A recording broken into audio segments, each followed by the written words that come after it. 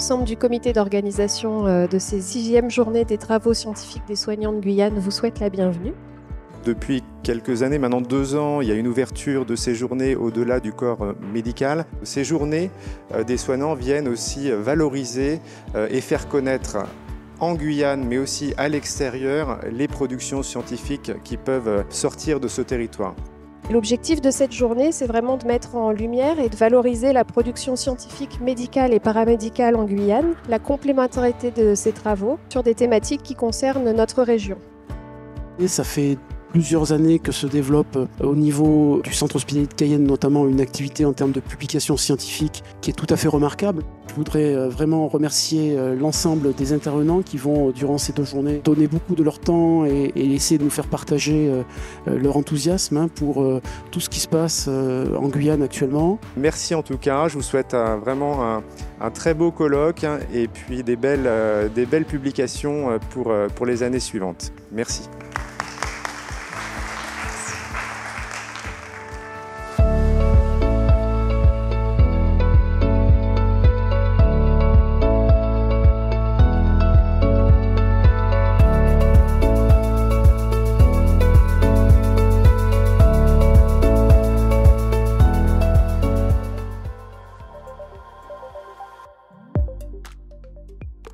Ça fait 2 journées pleines, riches, avec des thématiques variées. Ce qui permet d'avoir en l'espace de 2 jours une idée assez concrète de tout ce qui se passe dans la recherche en médecine en Guyane. C'est vraiment bien d'avoir élargi les thématiques de ces journées. L'année dernière, j'étais au JDS dans le public. Ça m'a donné en fait l'envie de, à mon tour, venir présenter ce que j'étais en train de faire à ce moment-là, qui n'était pas encore fini. Il y a une retransmission qui se fait en distanciel et hier par exemple on a eu jusqu'à 250 personnes qui étaient connectées pour suivre ces JDS. Merci d'être venu. On va commencer par une présentation sur le paludisme, le Plasmodium vivax. Je vais vous présenter le sujet de ma thèse que j'ai passée en octobre 2022, la médecine traditionnelle sur le Haut-Maroni. Je viens vous présenter mon travail de thèse sur la précarité alimentaire des étudiants en Guyane en 2022. Est-ce qu'il y a des questions ?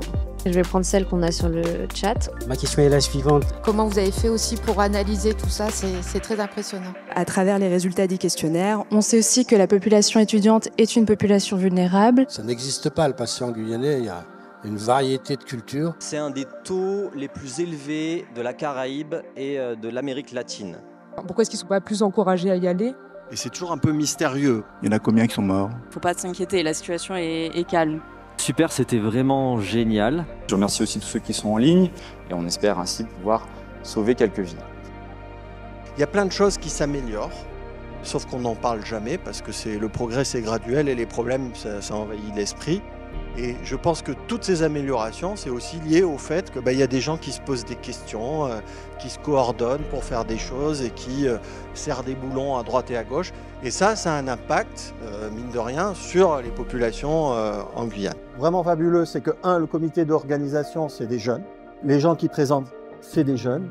Venez l'année prochaine, encore plus nombreux. N'hésitez pas, même si vous ne pouvez pas venir, à suivre l'événement en visio. On a la chance de pouvoir faire cet événement-là en dématérialisé. Mes parents sont très contents. À Paris, ils peuvent me suivre.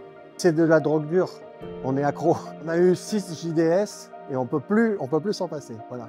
Mais c'est vrai qu'on bat encore des records en termes de présence et d'audience. Donc merci à vous, c'est vraiment vous qui faites ces journées-là aussi. Voilà, donc rendez-vous l'année prochaine pour la 7e édition.